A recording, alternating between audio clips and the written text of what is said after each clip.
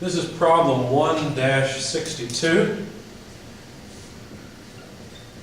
says a house is losing heat at a rate of 3,000 kilojoules per hour per degree Celsius. And that degree Celsius is per degree Celsius temperature difference between the indoor and outdoor temperatures.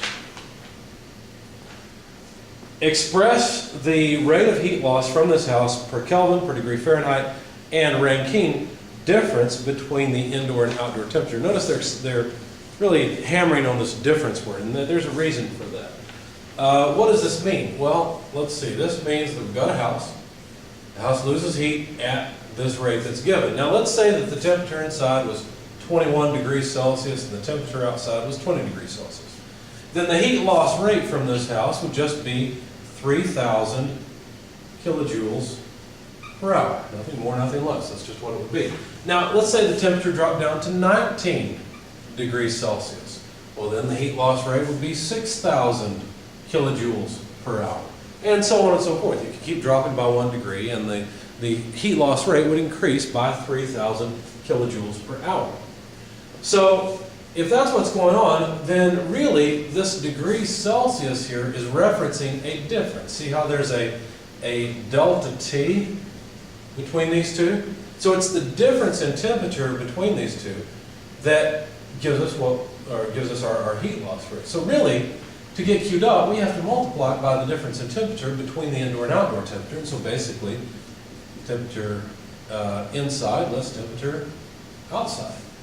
Okay? So this degree Celsius here is not just a temperature, it is a temperature difference. I wish we used this terminology, delta degrees Celsius, but we don't.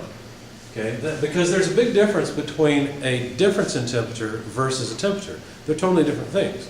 Okay? One is a movement on the scale, the other is a measure from some reference point.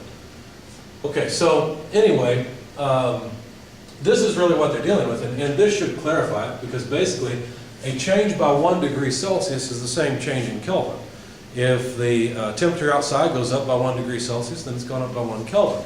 And so basically the heat loss rate in Kelvin is just 3,000 kilojoules per hour per Kelvin, because you could express this difference of 2 degrees Celsius is a 2 Kelvin difference in indoor and outdoor temperature. And so the heat loss rate would still just be 6,000 kilojoules per hour.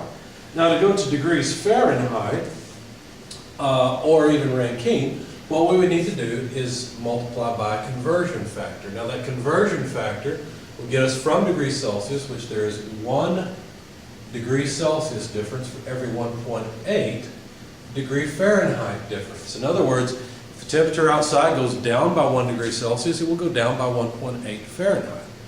Okay? So that takes care of the delta degree Celsius.